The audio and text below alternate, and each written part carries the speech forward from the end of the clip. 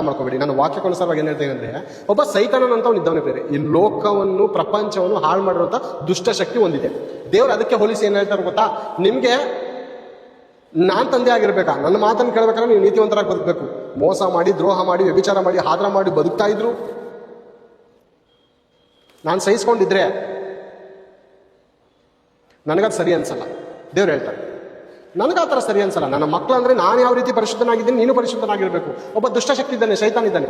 ಅವನು ದ್ರೋಹಿ, ದೊಡ್ಡ ದರೋಡೆಕೋರ, ದೊಡ್ಡ ಕಳ್ಳ, ದೊಡ್ಡ ವ್ಯಭಿಚಾರಿ ಆ ಸೈತಾನನು. ಅವನ ಮಗನಾಗಿ ಬದುಕ್ತೀಯಾ, ಅವ್ನು ನಿನ್ಗೆ ಶಬಾಷ್ ಅನ್ಬೋದು. ನಾನು ನಿಂಗೆ ಶಬಾಷ್ ಅಲ್ಲ, ನಿನ್ನ ಕೈಕಾಲು ಮುರಿತೀನಿ. ನೀನು ಒಳ್ಳೆ ಬುದ್ಧಿ ಕಲ್ತೀನಿ, ನನ್ನ ಮಗನಾಗಿ ಬದುಕ್ಬೇಕು. ನೀನು ಅವ್ನು ಹುಟ್ಟಿದ್ಯಾ ಅಥವಾ ನನಗೆ ಹುಟ್ಟಿದ್ಯಾ? ನನಗೆ ಹುಟ್ಟವನಾಗಿದ್ರೆ ಶಿಕ್ಷಿತನಾಗಿರ್ತೀಯ ನೀನು. ನಾನು ಶಿಕ್ಷಿಸ್ತೀನಿ, ನೀನು ತಡ್ಕೋ. ಕರ್ತನು ಯಾವನನ್ನು ಶಿಕ್ಷಿಸುತ್ತಾನೋ ಅವನು ಧನ್ಯನು. ಅರ್ಥ ಆಯ್ತಾ? ತಾನು ಪ್ರೀತಿಸುವವರನ್ನು ಸೇರಿಸಿಕೊಳ್ಳುತ್ತಾನೆ. ಏನ್ಬೇಡ, ಆ ಮಾತನ್ನು ಒಂದ್ಸರಿ ಓದೋಣ ಪ್ರೇರೆ.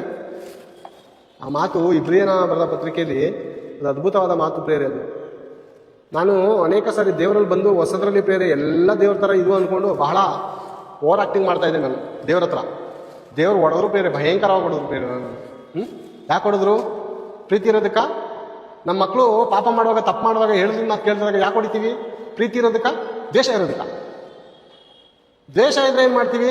ಒಂದೇ ಹೊಡೆದು ಸಾಯಿಸಿ ಎಲ್ಲಾದ್ರೂ ಆಗ್ತೀವಿ ಅಲ್ವಾ? ಪ್ರೀತಿ ಇರೋದಕ್ಕೇನು ಹೊಡೆದು ಬುದ್ಧಿ ಮಾತು ಹೇಳ್ತೀವಿ. ಯಾಕೆ? ನೆಕ್ಸ್ಟ್ ತಪ್ಪು ಮಾಡಬಾರ್ದು. ನೀನು ಪದೇ ಪದೇ ಹೇಳ್ತಾ ಇರ್ತೀವಿ. ಯಾಕಂದ್ರೆ ನನ್ನ ಮಗ ತಪ್ಪಿಗಸ್ತನಾಗಿ ನಾನು ಮುಂದೆ ನಿಂತ್ಕೋಬಾರ್ದು.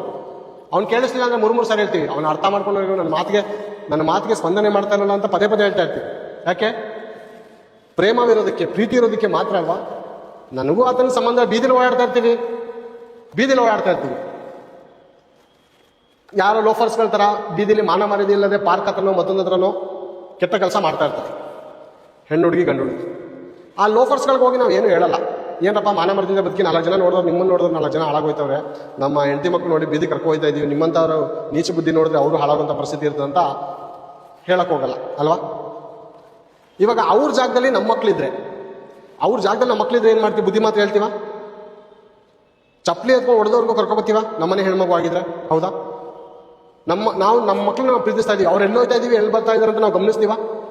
ಸ್ಕೂಲ್ ಬಿಟ್ಟ ಕರೆಕ್ಟಾಗಿ ಸ್ಕೂಲ್ ಟೈಮಿಂಗ್ಸ್ ಇಷ್ಟು, ಬರೋದಕ್ಕೆ ಎಷ್ಟು ನಿಮಿಷ ಆಗುತ್ತೆ? ಒಂದು 5 ನಿಮಿಷ ಟ್ರಾಫಿಕ್ ಆದ್ರೂ ಇಷ್ಟು ಗಂಟೆ ಬಂದು ಸೇರಿರ್ಬೇಕು ನನ್ನ ಮಗಳು, ನನ್ನ ಮಗ ಇಷ್ಟು ಗಂಟೆ ಬಂದಿರ್ಬೇಕಂತ ನಾವು ಗೆಸ್ ಮಾಡ್ತೀವ?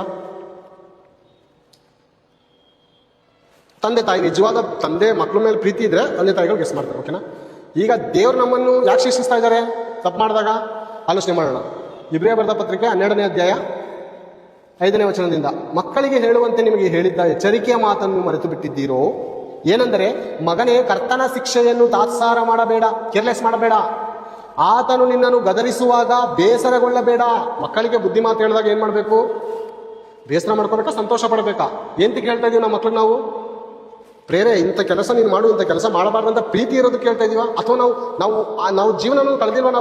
ನಾವು ತಪ್ಪು ಮಾಡಿ ಶಿಕ್ಷೆ ಹೊಂದಿದ್ದೀವಿ, ಶಿಕ್ಷಿತರಾಗಿದ್ದೇವೆ. ಒಂದು ಕಾಲದಲ್ಲಿ ನಾವು ಸ್ಟೂಡೆಂಟ್ಗಳು, ಮೇಷ್ಟ್ರುಗಳು ಒದೆ ತಿಂದಿದ್ದೀವಿ. ಓಕೆನಾ?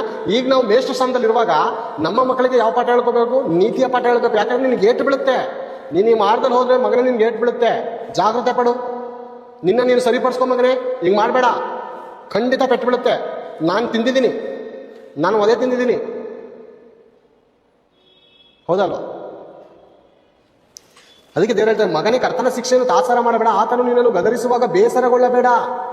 ಗದರಿಸುವಾಗ ಏನು ಗದರಿಸ್ತಾರೆ? ನಮ್ಮ ಮಕ್ಕಳಂತಲ್ಲ ಅವ್ರು ಗದರಿಸೋದು. ನನ್ನ ಮಗ ಬುದ್ಧಿ ಕಲಿತು ನೀತಿ ನ್ಯಾಯದ ಮಾರ್ಗದಲ್ಲಿ ನಡೀಲಿ ಅಂತ ದೇವರು ಗದರಿಸೋದಲ್ವಾ? ಗದರಿಸೋದಂದ್ರೆ ಅನೇಕ ರೋಗಗಳ ಮೂಲಕ, ಸಾಲಗಳ ಮೂಲಕ, ಅವಮಾನಗಳ ಮೂಲಕ ದೇವರು ನಮ್ಮನ್ನು ಗದರಿಸ್ತಾರೆ. ಆ ಶಿಕ್ಷೆಯನ್ನು ನಾವು ತಾತ್ಸಾರ ಮಾಡಬಾರ್ದು, ಬೇರೆ ಕೇರ್ಲೆಸ್ ಮಾಡಬಾರ್ದು.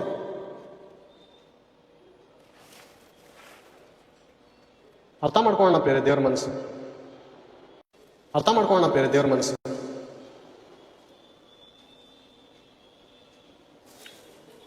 ಕರ್ತನು ತಾನು ಪ್ರೀತಿಸುವವನನ್ನೇ ಶಿಕ್ಷಿಸುತ್ತಾನೆ, ತಾನು ಸೇರಿಸಿಕೊಳ್ಳುವ ಪ್ರತಿಯೊಬ್ಬ ಮಗನನ್ನು ಹೊಡೆಯುತ್ತಾರೆ.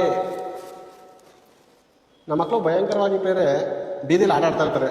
ಅನೇಕ ಸರಿ ಕರಿತಾ ಇರ್ತೀವಿ, ಬಾಪ ಟೈಮ್ ಆಯಿತು ಸ್ಕೂಲ್ಗೆ, ಬಾಪ ನಾಷ್ಟ ಮಾಡೋದಕ್ಕೆ ಟೈಮ್ ಆಯಿತು, ಬಾಪ ಟ್ಯೂಷನ್ ಹೋಗೋಕ್ಕೆ ಟೈಮ್ ಆಯಿತು, ಬಾರೋ ಅಂದ್ರು ಕೂಗಿದ್ರು ಬರದೇ ಇದ್ದಾಗ ಏನು ಮಾಡ್ತೀವಿ? ಕೆಳಗಡೆ ಹೋಗಿ ಅಥವಾ ಪಕ್ಕದಲ್ಲಿ ಎಲ್ಲ ಇರ್ತದಲ್ಲಿ ಹೋಗಿ ಕೈ ಹಿಡ್ಕೊಂಡು ಕರ್ಕೊಬಂದು ಮನೆ ಒಳಗಡೆ ಸೇರಿಸ್ಕೊಂಡು ಬಾಗ್ಲಾಗ್ತೀವಿ. ಏನು ಮಾಡ್ತೀವಿ? ಆಮೇಲೆ ಪ್ರೀತಿಯಿಂದ ಕರ್ತಾನೆ, ನನ್ನ ಮಗನೇ ನಿನ್ಗೆ ಎಷ್ಟು ಸಾರಿ ಹೇಳೋದು? ಹೀಗೆ ಅಲ್ವಾ ಹೇಳೋದು? ಮಗನೇ, ಎಷ್ಟು ಸಾರಿ ಹೇಳ್ಬೇಕು ನಿನಗೆ? ಪ್ರೀತಿಯಿಂದ ಕರೆದಿದ್ದಾನೆ, ಯಾಕೆ ಬರಲಿಲ್ಲ? ಅಂದರೆ ನನ್ನ ಪ್ರೀತಿಗೆ ಬೆಲೆ ಇಲ್ವಾ ನಿನ್ನ ಹತ್ರ? ಅಮ್ಮ, ನನ್ನ ಪ್ರೀತಿಗೆ ಬೆಲೆ ಇಲ್ಲೇನಮ್ಮ ನಿನ್ನ ಹತ್ರ?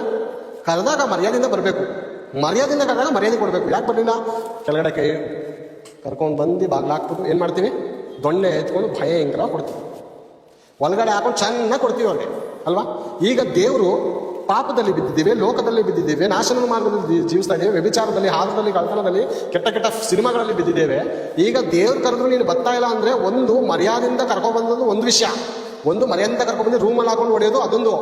ಬರಲಿಲ್ಲ, ಅಲ್ಲೂ ಬರಲಿಲ್ಲ, ಅಲ್ಲಿಂದನೂ ಓಡದೆ ತಂದೆ ತಾಯಿನ ನೋಡಿಕೊಂಡು ಅಂತ ಅಂದರೆ ಅಲ್ಲೂ ಇಟ್ಟಾಡ್ಸ್ಕೊಂಡ್ಬಂದು ಹೊಡಿತಾರೆ ತಂದೆ ತಾಯಿಗಳು, ಅಥವಾ ಬೇರೆಯವ್ರ ಮೂಲಕ ಓಡಿಸ್ತಾರೆ, ಅಥವಾ ಪೊಲೀಸ್ ಕಂಪ್ಲೇಂಟ್ ಕೊಡ್ತಾರೆ. ಈ ಲೋಕದಲ್ಲಿ ನೋಡ್ತಾ ಇದೀವ ಖಂಡಿತ.